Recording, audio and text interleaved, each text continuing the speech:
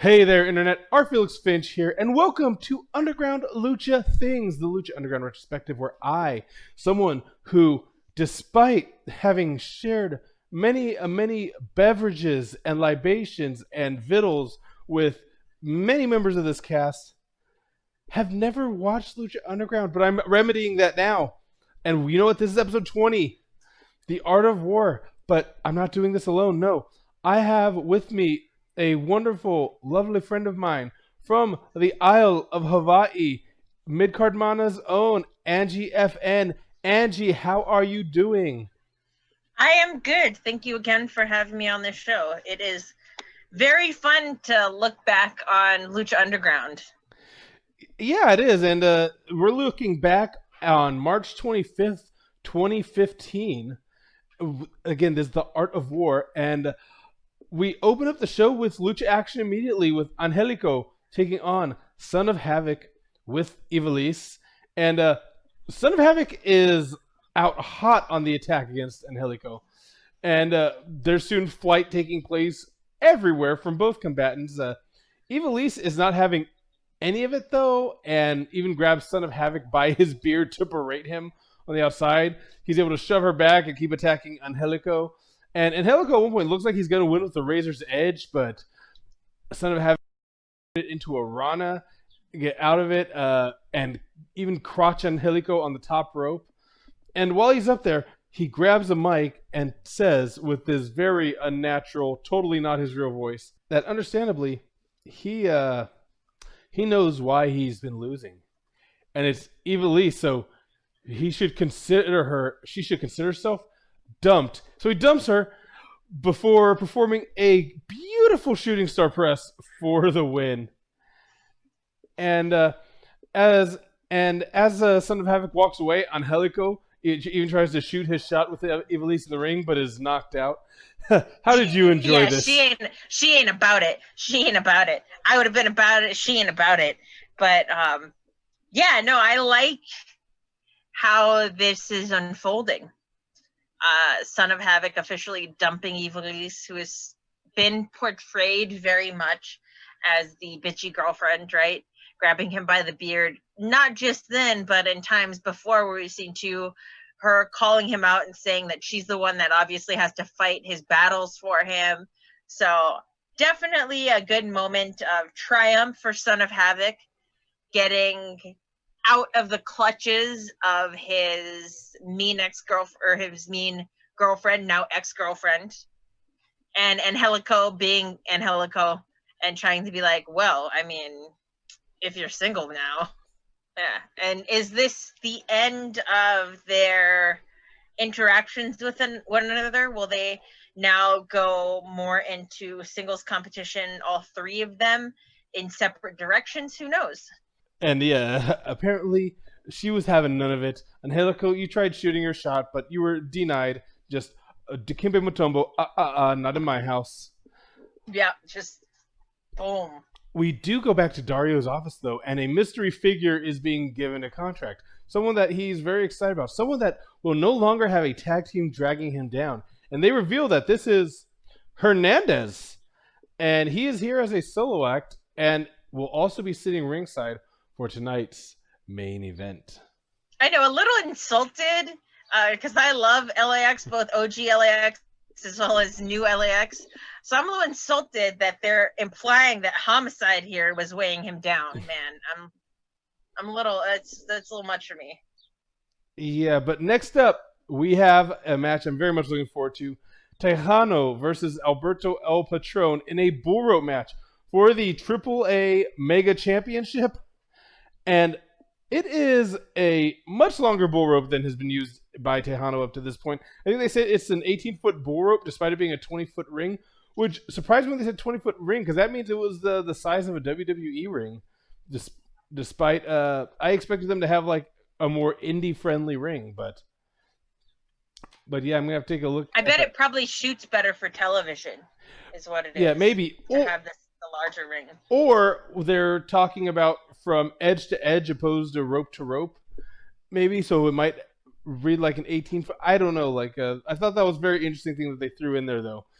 But the rope doesn't seem. That's one of the weird things is the rope doesn't really seem limiting initially. Although Tejano does immediately go with like the strangulation and biting on Alberto Patron. But yeah, the length of it just makes it seem like it's not really holding anything back. It's just an extra weapon. The cowbell gets used as well as at one point Alberto Patron grabs the other bull rope, the bull rope that Tejano actually comes out with, and starts beating him with it.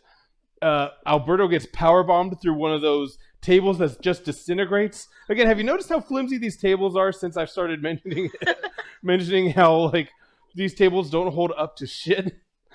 And but Alberto's able to kick out, and he wins by throwing on an armbar over the top rope for the victory, which surprised me because he won this, didn't even take off his shirt. Angie, your thoughts? Yeah. I was going to say the same thing. You know, he made it look so easy, but also surprising that Tejano didn't get a win in a bull rope match, considering to him, that's his thing. That's his gimmick. That's what he excels at is work with the bull rope.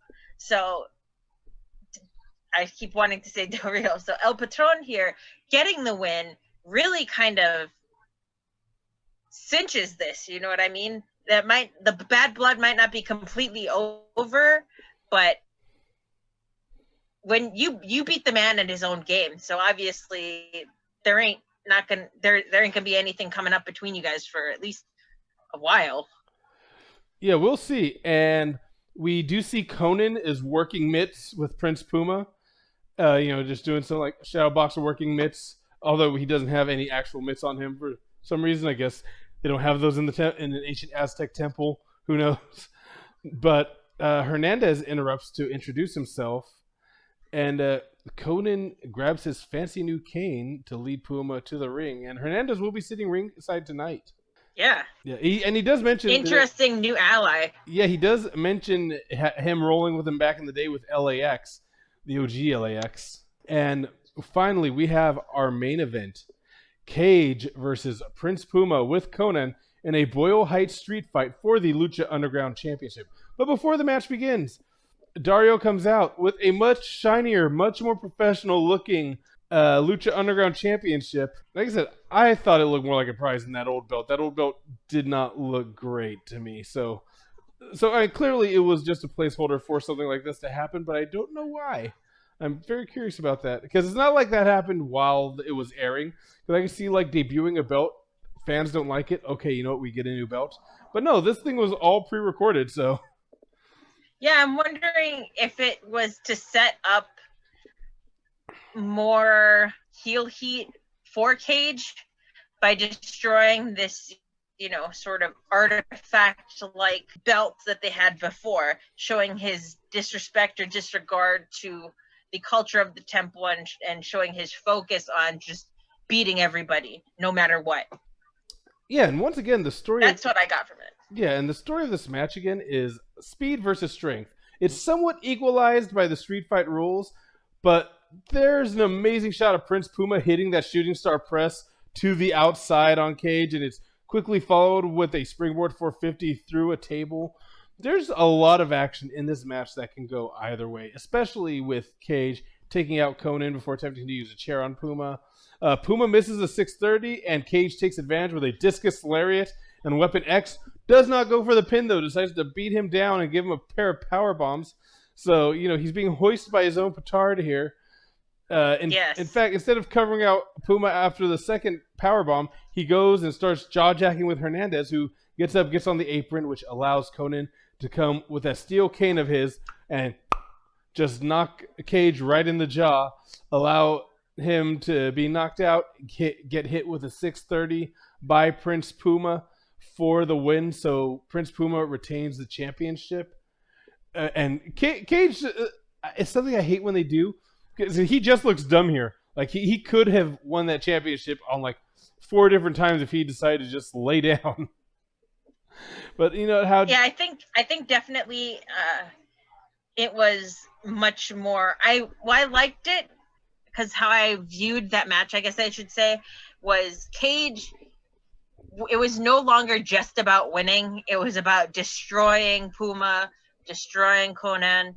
And, I mean, he got so wrapped up in making an example out of all three of these guys that he lost sight of the prize. He was so bent on revenge that the belt just fell out of focus.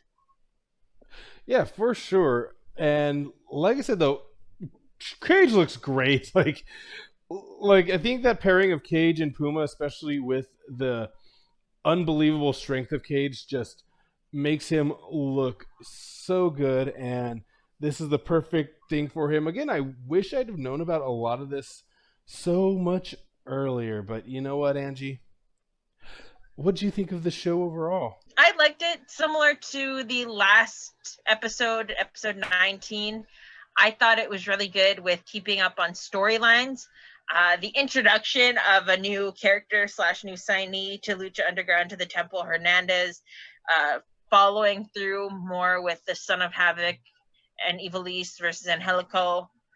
Son of Havoc finally getting a win and that victory and that triumph that came with it. El Patron really definitively putting down Tejano in a Bullrope match. His gimmick, his match to win. It was Tejano's match to win. He still lost it. And then Cage just looking like Wolverine on a rampage. You know what I mean? Just a blind sort of brutality going in. And I loved the moment where Hernandez jumped up on the apron and was sort of like, yeah, what's up? Think you can go? We can go right now. That lack of fear from Hernandez and from Connan, even, especially when they finally get their revenge. And Puma to a victory. Interesting here that even though Puma's the one that has people doing underhanded sort of dirty tactics on his side to help him retain the championship, he still looks like the scrappy good guy underdog against Cage, which I think is a great testament to the kind of heel work Cage has been doing, where, people do underhanded stuff to beat him and you still don't feel bad for him, or you don't feel like he's been cheated. Yeah, no, it was very good. I thought having kind of a conclusion to the Evilly Son of Havoc story for now was a nice choice because we're getting kind of into the middle of the season here. Having two championships in one night was very cool, especially with one of the championships being defended. I do feel like we could have gotten a little more out of Alberto, Patron, and Tejano, but that was made up for by a fantastic main event with Puma and Cage. And I will say, speaking of the middle of the season, that's right, this season is 39 episodes. We're at episode 20, so the next episode we do is actually going to be kind of a recap of our experiences so far in the show. My experience watching these previous 20 episodes. And some of my predictions that Angie will not be able to tell me whether I'm I will not confirm or deny anything. So I'm going to try to make some predictions based on some guesses. There's a few things I know, but nothing that is plot important. But you know what? Angie, let them know where they can find you. All right. So I am part of two shows over here in Hawaii. The first is Midcard Mana. That's my main show with myself and my tag team partner, Sam Kill of the Wrestling Connoisseur. And we talk a little bit about broader themes in wrestling. We do some predictions. We try to do some recaps, but recently we've touched a little bit on the sort of bigger goings on in wrestling with the speaking out movement, as well as the cyberbullying stuff that happened earlier in the beginning-ish of summer in late May. And the second show I'm part of, Valley Collective's Ringside, is a little bit more lighthearted. We focus on our favorite matches of all time, favorite entrance music, why the back rake is a great move, stuff like that. And I'm over here on this channel, Frisco Flame. If you're on YouTube, you just click that like, subscribe, notify. And yeah, you can find these shows every Wednesday and Friday. Or if you go to any favorite podcast app, Spotify, Apple Podcasts, maybe Stitcher, I honestly don't know. But just go look up Underground Lucha Things and you'll find us there. So you can listen to us on the road in the car with you. Hopefully, next month or so, I have some more shows coming up. Some new things now that I'm almost completely healed on the shoulder side of things. Not quite Nice. fully, though. But yeah, my shirts, friscoflame.com. Go to etsy.com /frisco /shop /frisco flame and get some pins or pops or even masks. And that's pretty much everywhere you can find me. So you know what? For Angie, for myself, peace out, party peoples. I'll see you next time. Baby.